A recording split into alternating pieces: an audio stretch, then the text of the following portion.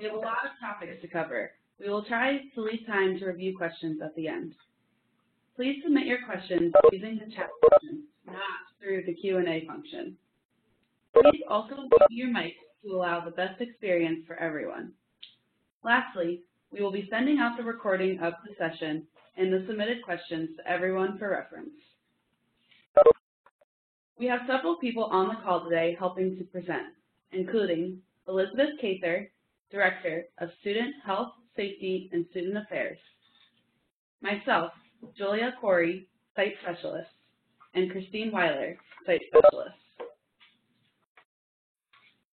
Some of the topics we will be going over today: transitioning to your student being abroad, health and wellness, CHP health insurance, your student safety, independent travel, and emergency protocols. Thank you for that review, Julia. This is Christine here. Welcome, everyone. I just wanted to go over transitioning to your student being abroad and go over an optional program insurance that CEA offers called CEA Secure. This is, like I said, an optional program insurance that extends your program's withdrawal date in the event that you have a family illness or a death or a potential job loss. If this does happen and you have purchased CEA Secure, you are eligible for a refund after your student's withdrawal date and a prorated refund if they are currently on site. If you have any questions or would like to purchase CEA Secure, please reach out to your student site specialist or their student accounts advisor. Thank you, Christine. That's a great program. This is Liz, and I want to talk about a big question as your student leaves to go abroad, and it's not what they might forget or will their flight be delayed or on time, or even if they'll have enough money while they're abroad, but how your relationship with your student may change as they go through this experience. Developmentally, this time in a young adult's life is very much like when they first began walking as a small child. They leaned on you for support as they take those tentative steps, and then as they gain strength and confidence, they take steps independently away from you. Inevitably, however, they'll lose their balance, and the adventure in walking may have ended with a hard sit-down. Maybe they even started off with a run and fell down flat. In the same way that small child looked around for you or cried out for you to help them, your young adult is more likely than not going to come back to you when there's a time of difficulty abroad or when they need to be consoled. The ability to support your young adult and balance their emotional needs with the important skills they need to learn to navigate their own way and resolve their own problems will be a big challenge for many of you, especially as your student is so far away and in a foreign place where people do not know their needs the way you do. Emotionally, this will be quite challenging as every parent also has their own fears and knows their student's strengths and weaknesses. However, helping your student rely on their on-site staff as local experts and resources that are in the same time zone will be helpful to their personal growth and their maturity. It will also enable your relationship with your student to move into the next phase of adulthood where they are independent and resourceful problem solvers. As your student goes abroad, it's a good time to reflect on their overall health. If they are coming off a stressful or hectic fall or have been fighting allergies, maybe a cold starting, it's critical that they take time to eat well, watch their caffeine, not overindulge, and catch up on sleep before undertaking their international journey. If your student is starting this experience feeling unwell, it will be difficult for them to get up to speed after arrival. Please check out the CDC website for any immunizations that are recommended for your student's host country or countries they hope to visit. I strongly encourage they get the typical boosters of college-age students for meningitis and MMR, and tetanus is also a good idea. Thanks for those super helpful tips, Liz. In mosquito-prone climates, be sure to pack an insect repellent with DEET, which is the only repellent to work in Zika-prone climates. These repellents can be expensive on location, so bringing them is advised. Jet lag is real, and it can take about a week or so for a person to adjust. Settling into a new routine and pacing themselves will help them transition to life in their new location. They don't have to see everything in the first week. Students will be doing more walking than they're generally accustomed to, and that is one way they can count on staying fit. Their CEA on-site staff will also have fitness activities like hikes and biking excursions, And they'll also have recommendations for fitness classes, yoga, or gyms for students who are interested. This is Liz again. All students adapt at their own speed, and you're likely going to see and hear their progress through their various stages of cultural adaptation as they share about things online or in their phone calls that are exciting and new, things that are frustrating and different, or things they are missing in the United States.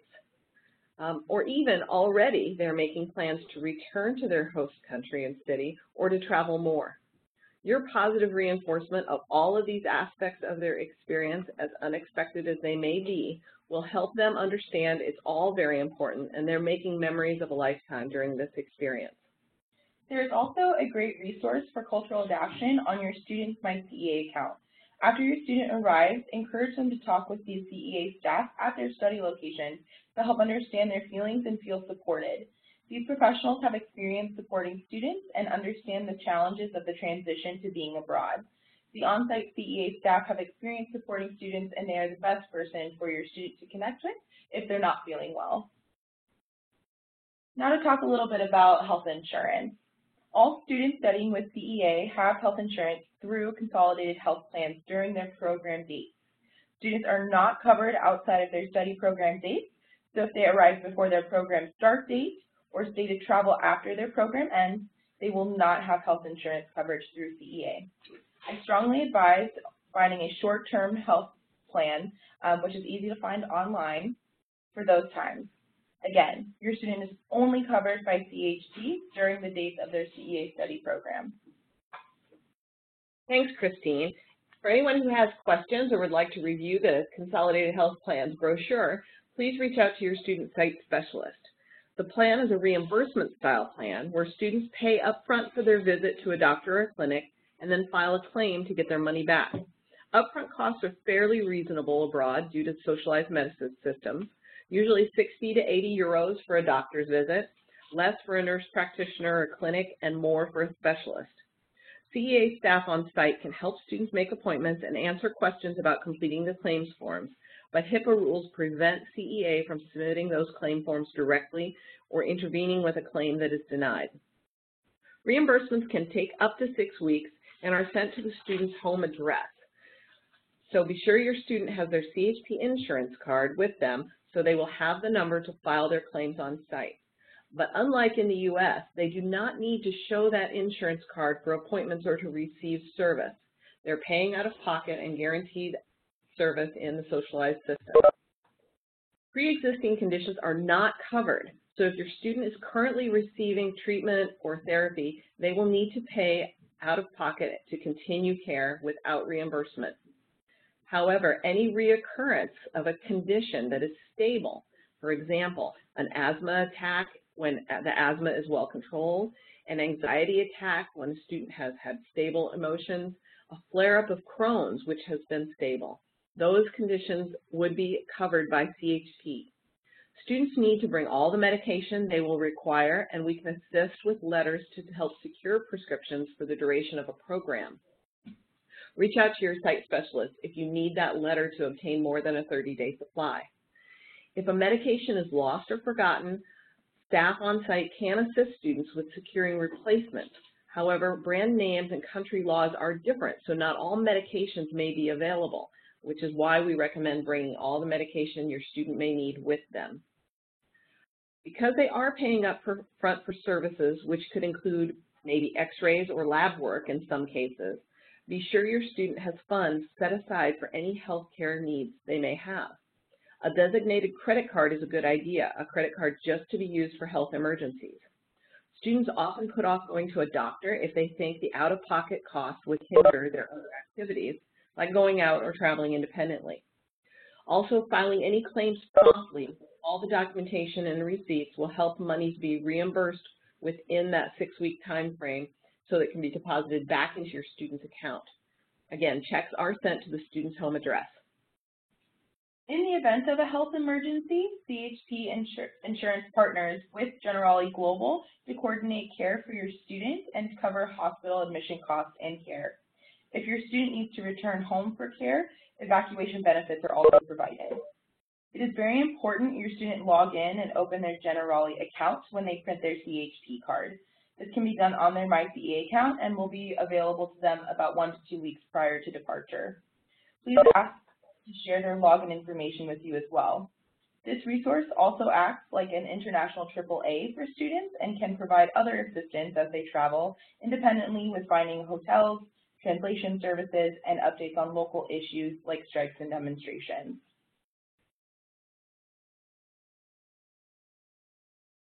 Moving on to talk a little bit about student safety. No matter the information you or your student may have about their study location already, maybe don't miss a photo opportunity or restaurant recommendation, doing some additional research is definitely a good idea. Checking out the blogs of other CEA students currently studying at that location, or even looking up expat newspapers, which many international cities have in English, can talk about current issues and life in that place through the eyes of an American. Please sign up both yourself and your student in the U.S. State Department Smart Traveler Enrollment Program, or STEP, which provides you updates according to the countries you indicate as part of your student's travel plan. In addition, arrival orientations are mandatory. Our CEA mandatory orientations give students important information about safety, so we encourage you to talk to your student about attending and then following up with them after to see what they heard and remember. Thank you, Christine. A discussion about alcohol is part of that CEA mandatory orientation. We understand that alcohol is part of the U.S. college experience, and for many students studying abroad, it can be an exciting part of the new social scene. Even if your student hasn't used alcohol before, the attraction of going out in a new place may have them partaking, or it may be a part of their life as they adapt to a culture that enjoys wine or has special traditions involving alcohol. However, alcohol misuse or abuse by college students sets them up to be a victim of petty crime, like having their wallet or their phone stolen, or even a more serious crime like assault. Students are not always aware of the easy target they present abroad when going to clubs that cater to students or tourists. Criminals know these areas and look for students who are alone or under the influence when they leave these clubs, and even while inside. On-site staff talk about this and how to stay safe with students on-site and places to avoid at this mandatory orientation. CEA has been made aware of some scams targeting students and their families. Students should guard their private information while abroad, just like they would at home in the U.S. And if you or a family member are ever contacted that your student is in trouble or being detained in a foreign country, please contact your student or CEA to confirm that your student is safe before sending any money.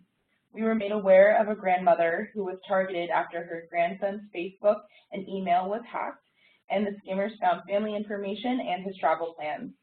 The scammers told her they were from the U.S. Embassy and needed $10,000 to get her grandson out of Morocco because he was detained there.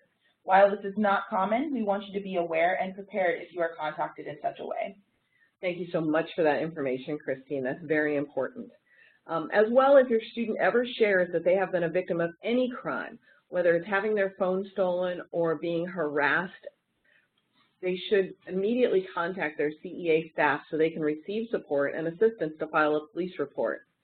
This reporting can be time-consuming and not what the student wants to do, but your encouragement will help them see the value in standing up for themselves and alerting authorities to the crimes that are taking place in a specific area. Students should also report any crimes or problems they experience to the consulate. CEA cannot do this. They should do this directly. CEA does not provide personal property insurance for students' belongings, so please consider insuring cameras, computers through a rider on your home insurance. And students should not bring valuable jewelry or heirloom items that cannot easily be replaced. Students always need to secure the doors and windows of their apartments, residencias, or homestays before leaving, and use the deadbolts provided in their housing. They need to please respect their homestay families if that is their housing arrangement, and never bring home strangers or leave doors unlocked. So now I want to talk a little bit about CEA emergency protocols. We are very aware at CEA of the challenges of the times and the risks to all of us here in the U.S. and abroad. There is still a worldwide caution out for terrorist activity, and all travelers are asked to be diligent around the world. I want to share with you the student emergency protocol that all students are trained about on site and is repeated to them before any sponsored excursions or when they choose to travel independently.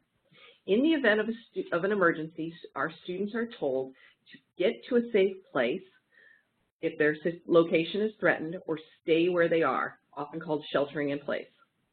Contact their emergency person or their family, respond to CEA communications, and to follow the directions of local authorities in charge of the situation. All of our students are required to report their independent travel plans weekly. We do this through a very simple SurveyMonkey application. We're not concerned about how many times a student goes to Amsterdam, but we need to know where they are in the event of a situation so we understand locations and proximity to a situation.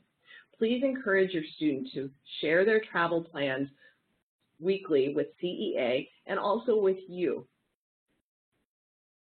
CEA may also reach out to a student's emergency contact to help us determine where they are. Your help in providing information about your student's location and safety is a valuable part of our partnership, as we know you should be the first person they contact, which provides a fallback contact for CEA in case, because of cell service or other issues, CEA cannot reach them. We advise you to always follow up on any international events with the U.S. Department of State. Again, it is critical that students have a working cell phone that's not Wi-Fi dependent to be contacted in the event of an emergency. We also have a U.S. emergency phone number, and that phone number is 1-800-266-4441. Again, our U.S. emergency phone number is 1-800-266-4441. I encourage you to reach out to that number should you ever have your student contact you that they've experienced an issue, have lost a passport. In any way that they reach out to you, please relay their information to us so that we can follow up with them and help them directly. So to review the information we have presented today, students should take care of themselves to start healthy. It is important to have dedicated funds for health care. Remember, our CEA on-site staff are there to help and should be the first people students go to for their concerns on-site. Help your student manage their risk by encouraging them to use alcohol responsibly. If they drink, to always complete the CEA travel survey when they travel independently. And remember, our CEA student emergency protocols.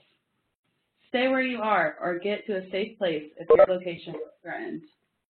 Contact your family and emergency contacts. Respond to CEA.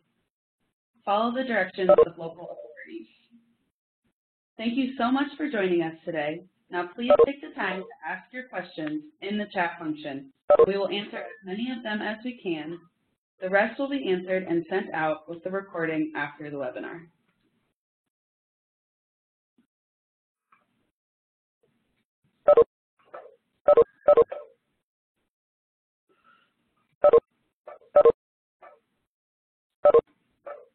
So one of the questions we received, does insurance include evacuation if needing in medical emergencies? Yes, CHP Consolidated Health Plans does provide evacuation insurance should the student's health be compromised to the point where they need treatment beyond what they can receive in their location, or you prefer to have them come home before to be treated for a more serious condition. I also see a question about insurance privacy laws. They do not have HIPAA laws specifically, but they do have privacy laws related around healthcare information, which is one reason why we partner with Generali Global to help secure medical records and have those sent back to doctors in the United States if that's necessary. Thank you, Liz. Does the health insurance cover outside of the host country? Yes, the CEA CHP insurance travels with your student while they're on their program dates, which is another good reason for the partnership with Generali. If your student is feeling unwell in Croatia or Greece or another place where we do not have a program, they can call and get a reference for an English-speaking doctor, directions to that hospital or clinic, and then also help to make that appointment, all through Generali Global. Awesome. How do you register for STEP, or in other words, the U.S. State Department Smart Traveler Enrollment Program? It's a great question. So your student will actually have a task in their MyCEA account that will direct them to the U.S. Department of State's website in order to register for STEP. So the easiest way to get to it would be through your student's MyCEA account, but you can also find that information on the State Department's website as well. Okay. Next question. How do I locate a doctor while abroad? Your students should talk to their on-site staff because they have the best recommendations for English-speaking doctors. Depending on the student's needs, they may be directed to go to a pharmacy where pharmacists abroad have the right to prescribe and can take care of a lot of the smaller, more minor illnesses that a student might experience, like common cold or an abrasion that might need antibiotics. So they should definitely check in with their on-site staff, and their on-site staff can direct them to an English-speaking clinic or doctor. They receive this information also during their on-site arrival orientation.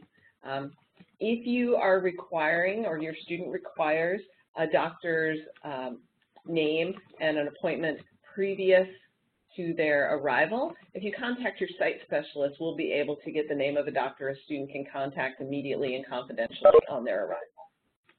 Okay, great. Does CEA Secure cover the cost of airfare?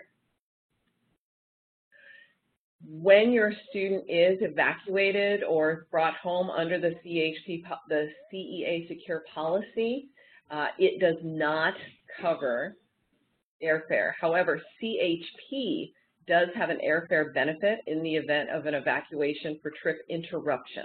And I can answer more details on those questions by calling my direct line. Awesome. Do you have any phone plan recommendations for traveling abroad and needing to use the emergency call? So as far as phone plan recommendations, the most common option that students use while they're abroad is if they have a smartphone, they will just have it unlocked for international use with their current cell phone provider, and then once they're abroad, they will purchase a SIM card and phone plan. Their cell phone providers abroad have a variety of different plans that students can choose from, and they're pretty inexpensive as well, ranging from 50 euros to 100 euros per month, depending on the plan. If your student does not want to use their phone while they're abroad, they can purchase a small prepaid phone and purchase credit for like texts and minutes. That will work just fine as well. The third option, which is more expensive, is going to be to check with your current cell phone provider for if they offer an international phone plan. Like I said, this typically is more expensive, especially if your student is going for a full semester, but it is an option that some parents do like, so that they can just remain on their current plan. Thank you, Christine. That's great information. Next question.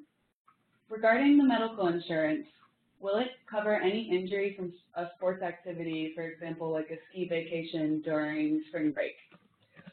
So CHP does cover individual injuries. If your student were skiing on an independent trip, that would be covered. However, they will not cover organized sporting activities if your student decided to join a club sport abroad or participate in a semi-professional team. We have had students do that and receive injuries, and those are not covered by CHP insurance. CHP insurance also has limitations on risky sports, so parasailing, hang gliding, zip lining, whitewater rafting. That information is available in more detail in the CHP brochure, which we can make available to you on our Facebook group and then also individually at request. Will they be covered in any country, in all countries in Europe? Yes. Awesome. And then what do students do if they decide, what do the students typically do if they decide to stay after their program and travel independently? I always recommend that my students check with their current health insurance providers to see if they offer any sort of like short-term plan for their travels outside of their program dates. If they don't offer anything like that, you can easily find short-term travel insurance just by searching it on Google. Awesome, thank you. So that is about all the time we have today. Please continue to ask questions, and we will get to all the questions when we send out the webinar after it is complete. Thanks again for joining us. Thank you. Have a good afternoon.